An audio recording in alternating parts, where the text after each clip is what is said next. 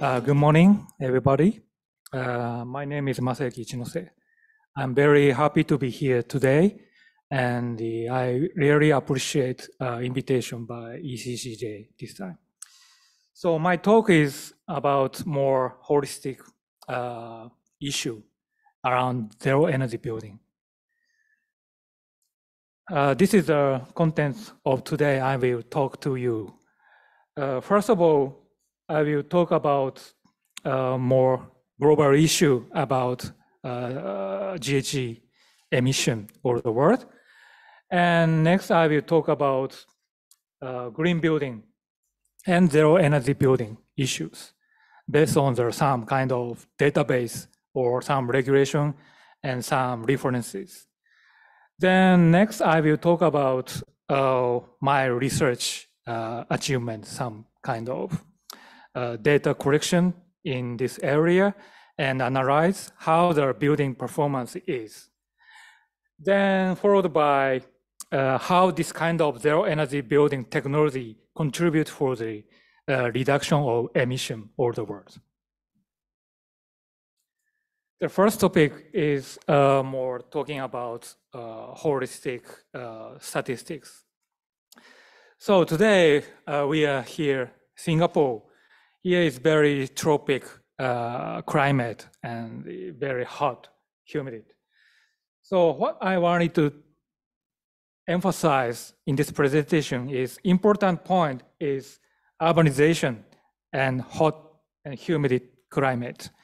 Because you can see this graph, already Japan and US and European country has a lot of population in urban area, almost 80% more than.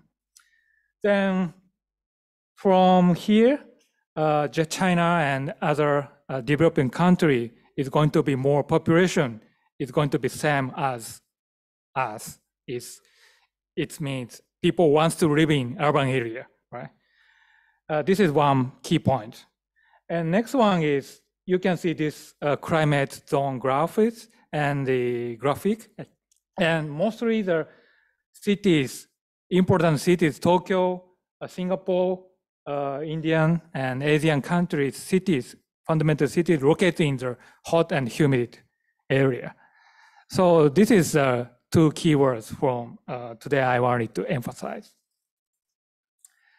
So this is a statistic of history of energy consumption all over the world. Energy is anyway, energy consumption is just increasing right now. Because of COVID, energy consumption just little bit decreased, but basically the tendency is just increasing. Especially this Asian area is the problem issue. Some prediction said by 2030, our Asian area region accounts for 50% of global energy consumption. Yeah. So inside of Asia, of course, China is number one emission for CO2, and followed by India and ASEAN. So the problem is people want to focus on Chinese issue, but when it comes to some statistics in China, it's going to be already peak out as soon as possible in China because of the population is decreasing from now.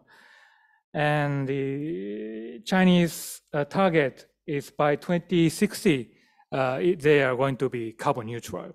Maybe they will make effort a lot. So from now, I will talk about some statistics in ASEAN. ASEAN Center for Energy published some kind of scenario of future emission. As you may know, BAU, ATS, APS, and LCO. This is different scenario, and I will talk from now. So this is ASEAN area's future scenario of CO2 emission.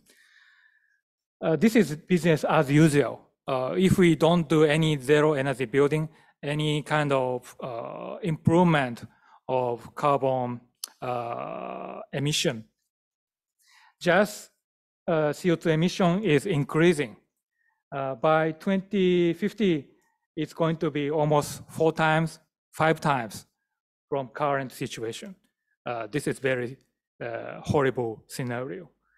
But even if a lot of strategy was conducted, this area is going to be just increasing. It's totally far from carbon neutral. This is real facts. As I mentioned, China is going to be decreased, even if business as usual. If this area, ASEAN, don't do anything, business as usual, maybe 2050 or around that, it's more than China in the future. Even if some kind of strategy was conducted, carbon neutrality is far, totally far. Yeah, this is some statistics and scenario mentioned. So for the carbon neutrality, the important thing is energy conservation first. The other important factor is efficiency of emission efficiency. Yeah, this is very important. This is current situation of Asia and Japan. Japan is now 0.463, and the Asian country is almost same level already, Japan. But China and India is very high. Efficiency is very bad. So the reason why China and India can reduce GHG from now is they have a lot of potential for reduction of this emission. Yeah, this is very important point. So this is ASEAN scenario of carbon emission efficiency from now. Business as usual is almost same from now. There is no improvement. And the other scenario showed the most radical scenario showed 0.2. It means almost everywhere is photovoltaic. Yeah, it's something difficulty, I think. So maybe we have to discuss business as usual, and between 0.3 or around that is maybe more practical, I think. So next I will talk about green building and zero energy building situation. So this is an example of the green building project in Asia and ASEAN, this area. You can see basically green building is super high-rise glass facade and fully air conditioned. But in this area, green building certification is very keen to new projects. And people want to get platinum, gold, non-certified, anything. Yeah. So my research question is how this kind of green building project consume energy, how much? Because there is less statistics and open data about this kind of buildings. So this is very big and important question for my research activity. So this is a synopsis of green building and zero energy building strategy in Asia and Japan.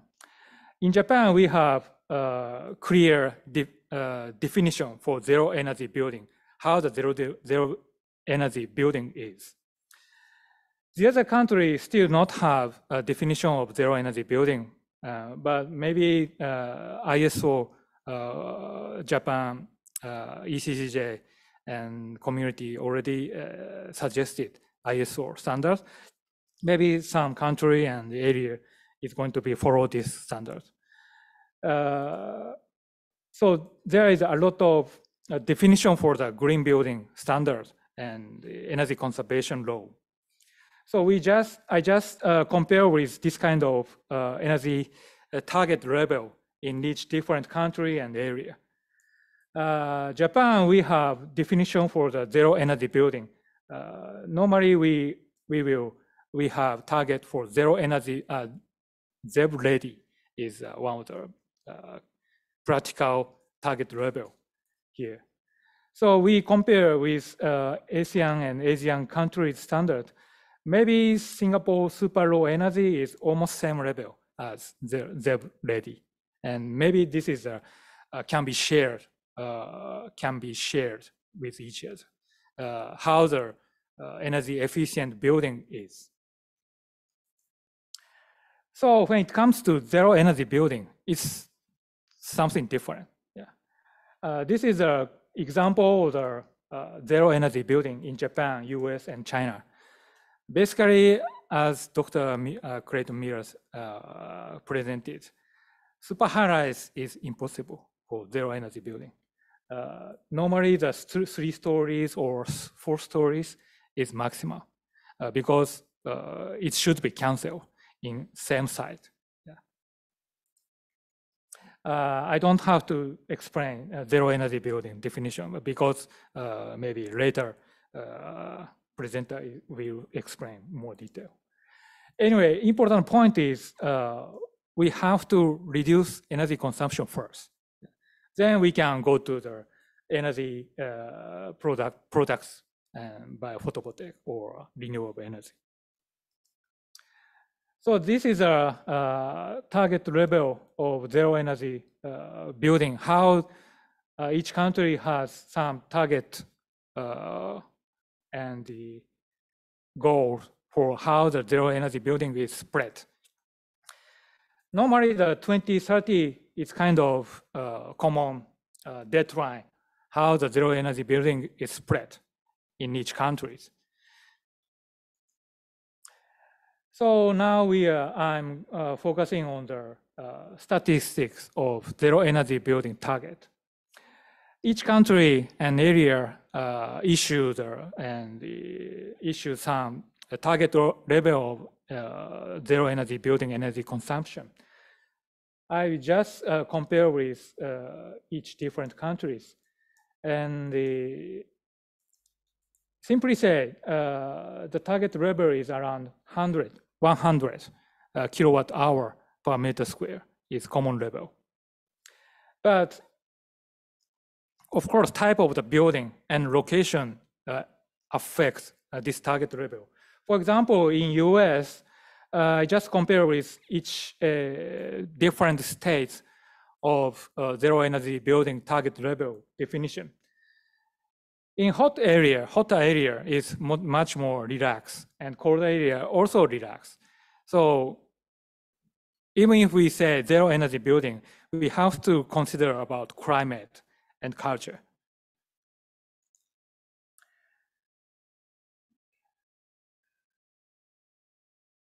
Yeah. Next, I will, in our research team, we are survey about a lot of database all over the world, commercially available, public available. First one is CBEX from US. We just checked more than 100 projects.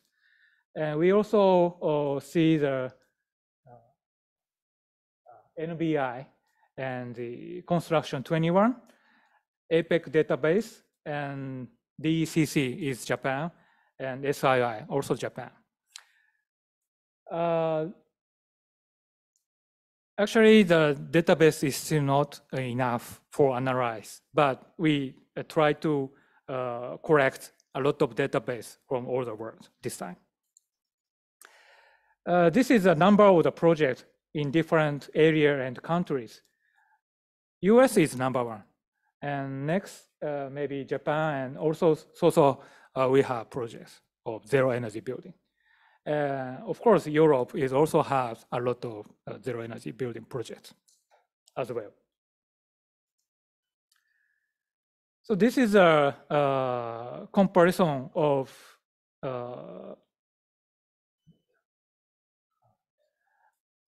the building scale and stories.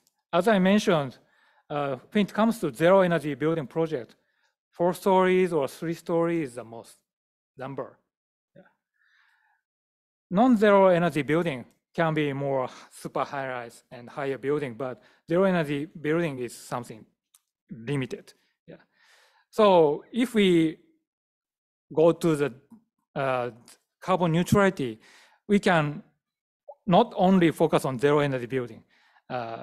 Non-zero energy building is also have to be reduced for the zero to the carbon neutrality. This is my opinion. When it comes to energy consumption target level, we compare a lot of database. The project almost, as I mentioned, 100 kilowatt hour is target level all the world. Of course, non-zero energy building is much higher energy consumption. This is database. So next, I will talk about our research project. So as I mentioned, I have strong research question about how the green building actual energy performance is. Because of this question, I have been doing a lot of research survey in these cities. Almost, I spent 8 years. Yeah. So of course, our team is just 10 students and researchers. It's difficult to conduct ourselves. So I have a lot of collaborators in each fundamental cities with the university. In Singapore, I have collaboration with NUS and SIT. This is example of our target building in these cities. As you may know, this is quite difficult to have permission for this kind of research survey because building is working and some building owners don't want to know about real facts and publish. But mainly my work is a negotiation and get permission and explain and report. Yeah. So this is a very, very easier to understand how the green building is inside happened. Yeah. Actually, because of the how to say the data security and the promise with building owner, I have to anonymize all of the building name. And you can see the different cities here: Singapore and Bangkok, Hanoi, Taipei, Hong Kong, and Jakarta. This is very clear result. We just have measurement in each project, almost 1 week. Temperature, humidity, PMV was measured. Then this is the result of temperature. In Singapore and Bangkok, it's very clear. Temperature is always 21 to 22. It's like a winter in Tokyo. Yeah, very. Let's say it's very cold. Yeah, this is real facts. Another fact is we also asking questionnaire in each office building. So the people say a lot of symptom. It's kind of syndrome of the cooling, excessive cooling. People feel shoulder ache or cooling feeling on the neck, shoulder, body. It's kind of cooling syndrome. Almost 30 to more than 30% people have sensation about this kind of sickness. Yeah, this is very serious issue, I think. So because of this kind of excessive cooling, energy consumption is also problem, in fact. We just compare with each project, baseline and actual energy consumption. Let's say cooling energy consumption is too much. Yeah, anyway. And some project has LEED platinum level, but some projects show the much more than baseline in real situation. Yeah. This is very problem, I think. Because of this energy consumption, we just compare with baseline and the actual energy consumption in this graph. You can see the different color of the plot, non-certified, gold level, platinum level. But simply you can understand there is no relationship. Some non-certified projects also show good performance, but some platinum projects doesn't make sense. So this result shows current green building certification doesn't make sense so much about real energy conservation. So this is a simple result of our research project in this area. So next, I will talk about how this kind of zero energy building technology contribute for the reduction of emission. So because of our research survey is limited, just 1 week survey, and some building give us holistic energy consumption, but some building doesn't share us. So from now, I will based on the energy simulation result. Anyway, a lot of many of zero energy building technology, for example, efficient facade, efficient air conditioning system, or something like that, a lot of menu, but simply say the most efficient technology is ventilation and air tightness of building. Yeah, because most of the city is in the tropic and hot and humid.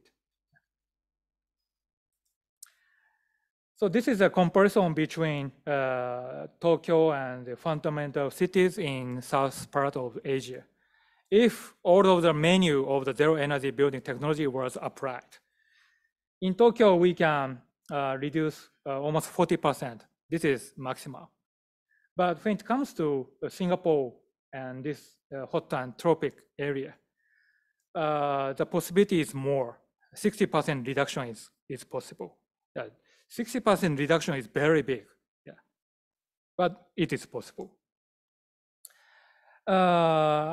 Maybe time is over already, but I cannot explain in detail, and I cannot explain in English in detail, but simply said, if we wanted to achieve ATS or this kind of level of CO2 reduction by 2050, zero energy building have to be spread 40 to 60%.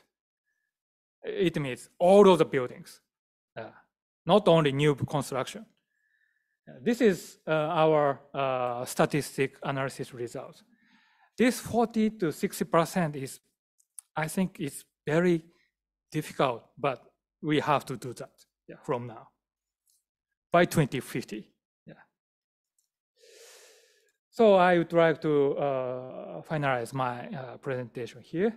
So anyway, this building area is very responsible for sustainability all the world, because our energy consumption almost accounts for 50%, 40 to 50% in right now, and